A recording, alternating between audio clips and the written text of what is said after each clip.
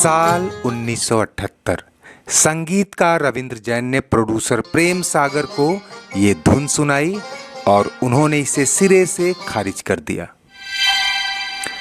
मशहूर निर्माता निर्देशक रामानंद सागर की कहानी पर उनके बेटे प्रेम सागर एक फिल्म बना रहे थे, हम तेरे आशिक। जितेंद्र, हेमा मालिनी, अमजद खान स्टारर इस फिल्म में उन्हें हेमा के एक टेम्पल डांस सीक्वेंस के लिए गाना चाहिए था। बोल लिखने के लिए साहिर लुधियानवी जैसे अनुभवी लीजेंड गीतकार तो थे ही, बस एक बढ़िया धुन चाहिए थी जो मधुर होने के साथ ही ऐसी खनक लिए हुए हो जो उस दौर की सुपरस्टार हीरोइन हेमा पर फबती हो। रविंद्र जैन तब तक किसी परिचय के मोहताज नहीं थे। हालांकि एक दौर था जब शुरू में उनकी धुनों और गीतों पर भजन कीर्तन का ठप्पा लगाकर उन्हें खारिज कर दिया जाता था, लेकिन बीते 7-8 साल में उन्होंने एक से बढ़कर एक रोमांटिक और दिल को छू लेने वाले गीत संगीत दिए थे।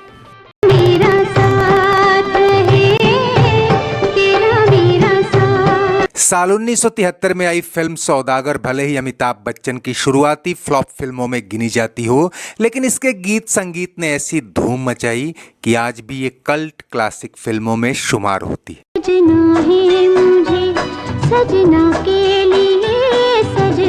प्रेम सागर ने रविंद्र जैन से कहा था कि बेशक हेमा मालिनी एक मंदिर के बाहर डांस कर रही हैं, लेकिन इस टेम्पल डांस सीक्वेंस में भी ज्यादा भक्ति भाव दिखाने के बजाय आप थोड़ा अपबीट, थोड़ा पेप्पी ट्यून बनाइए। और रविंद्र जैन ने अपनी तरफ से कुछ ऐसा ही किया था।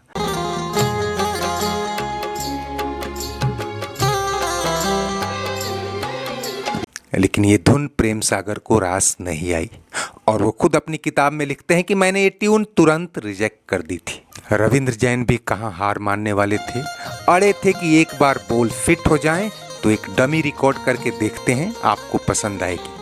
लेकिन डायरेक्टर साहब अड़ गए कि नहीं, कोई और नई धुन बनाइए। ठीक वैसे ही जैसे साल 1974 में आई फिल्म चोर मचाए शोर के इस गाने से पहले हुआ था। प्रोड्यूसर एनएन सिप्पी और लीड एक्टर शशि कपूर को रविंद्र जैन की कोई धुन पसंद ही नहीं आ रही थी। कई धुनें रिजेक्ट हो गईं, तब उन्होंने तंग आकर ये धुन सुनाई और कहा कि ये आखिरी धुन है, अगर पसंद हो तो ठीक है, वरना बताइए, मैं ये फिल्म छोड़ने को तैयार हूँ। और ये धुन आनन फानन में एक्सेप्ट कर ली गई। लेकिन गाना न केवल सुपरहिट हुआ बल्कि आज भी शादी बारात के मौकों पर खूब गाया बजाया जाता है। ले जाएंगे दिल वाले दुल्हनिया ले जाएंगे।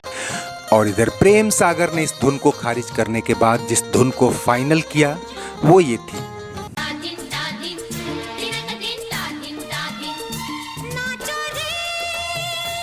फिल्म आई गई और गाने भी कुछ खास रंग नहीं दिखा पाए, लेकिन वो धुन जिसे रविंद्र जैन ने बड़ी मशक्कत से तैयार की थी, उनकी यादों में ही दबी छुपी एक ऐसे वक्त का इंतजार कर रही थी जिसे उसकी सही परख हो। और वो वक्त आया कुछ साल बाद जब रविंद्र जैन के गीत और संगीत के दम पर एक रीजनल फिल्म नदिया के पार ने वो कामयाबी, वो लोकप्रियता और वो कमाई हासिल की जो बड़ी बड़ी मुंबईया हिंदी फिल्में नहीं कर पाईं।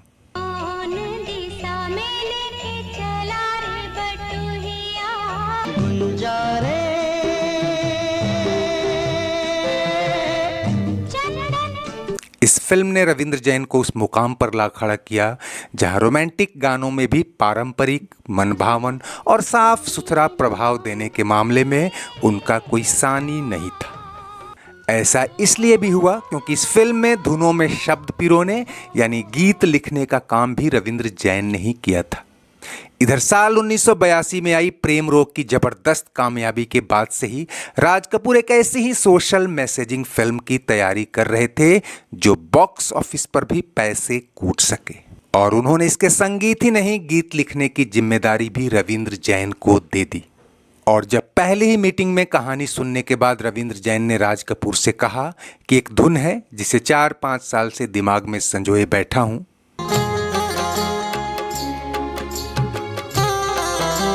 अगर इसका इस्तेमाल गंगा के पहले डांस सीक्वेंस के लिए किया जाए तो ये ट्यून फिल्म को लीड कर सकती है। जैन ने उन्हें सुनाया तो राज कपूर अनायास वहां बैठे साथियों की ओर देखते हुए बोले, सुन साहिबा सुन, प्यार की धुन। तभी रविंद्र जैन ने कहा, मैंने तुझे चुन लिया, तू भी मुझे चुन। और गाने के बोल भी वहीं फाइनल हो गए।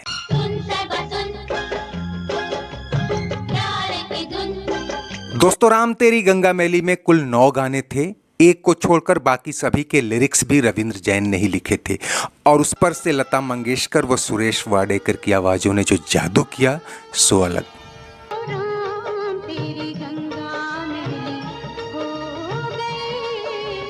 ये फिल्म उस साल की ही नहीं, उस दौर की टॉप ग्रॉसिंग ब्लॉकबस्टर फिल्म रही और इसके सभी गाने चार्ट बस्टर साबित हुए।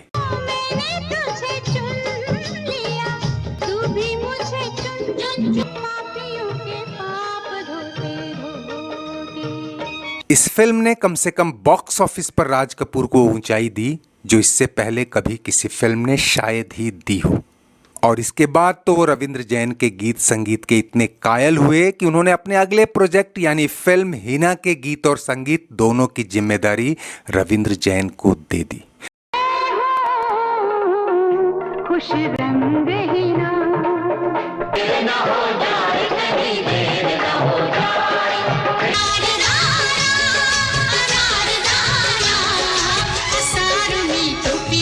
हालांकि राज कपूर ये फिल्म शुरू होने से पहले ही दुनिया छोड़कर चले गए, लेकिन इसके कई गाने पहले ही रिकॉर्ड हो चुके थे।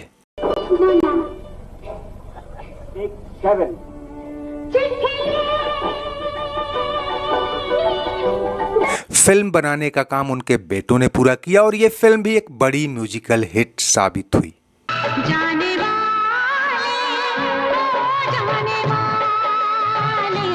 लेकिन रविंद्र जैन के लिए हमारी कहानी जहां से शुरू हुई थी एक बार वहीं लौट कर आती है। प्रेम सागर जिन्होंने ये धुन खारिज कर दी थी, वो क्या उनके पिता दिग्गज रामानंद सागर भी उनके मुरीद हो चुके थे।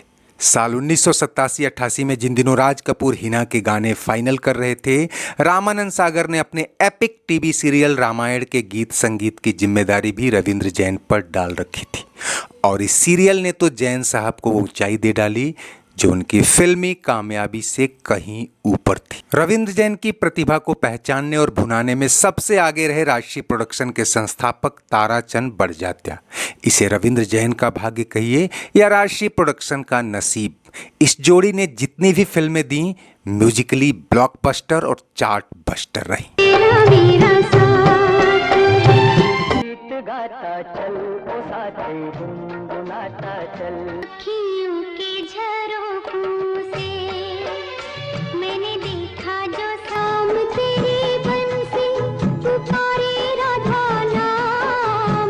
गोरी तेरा गाँव बड़ा प्यारा, मैं तो गया मारा, तू जो मेरे सुर मिला ले।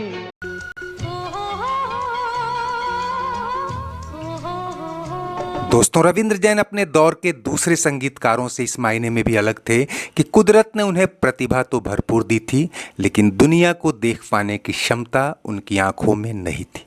रविंद्र जैन को शुरुआती दिनों में किसी ने सूरदास तो किसी ने भजन कीर्तन टाइप संगीतकार कहकर मजाक उड़ाया, लेकिन उन्होंने साबित कर दिया कि अगर आप में अंतर्दृष्टि कूट कूट कर भरी हो तो आंखों की दृष्टि बहुत मायने नहीं रखती। रविंद्र जैन खुद कहते थे कि दृष्टिहीनता ने मुझे एकाग्र होने में मदद की और वाकई आज जब आप रविंद्र जैन के गीत संगीत पर एक नजर डालते हैं तो पाएंगे कि सब कुछ अदम्य एकाग्रता और अंतर्दृष्टि से ही हासिल हो सकता है।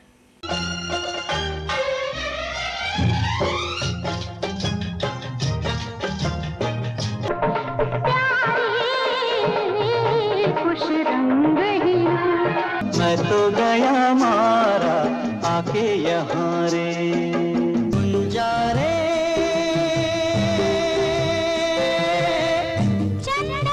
राम तेरी गंगा मैली हो गई। तो इस महान संगीतकार की यादों के साथ आज बस इतना ही। चलते चलते वीडियो लाइक और शेयर तो करें ही, अगर चैनल सब्सक्राइब नहीं किया है तो वो भी करते चलिए। कमेंट बॉक्स में आपकी हर राय का स्वागत है। शुक्रिया, नमस्ते, आभार। तुझे चुन लिया, तू भी मुझे चुन चुन चुन सुन सुन।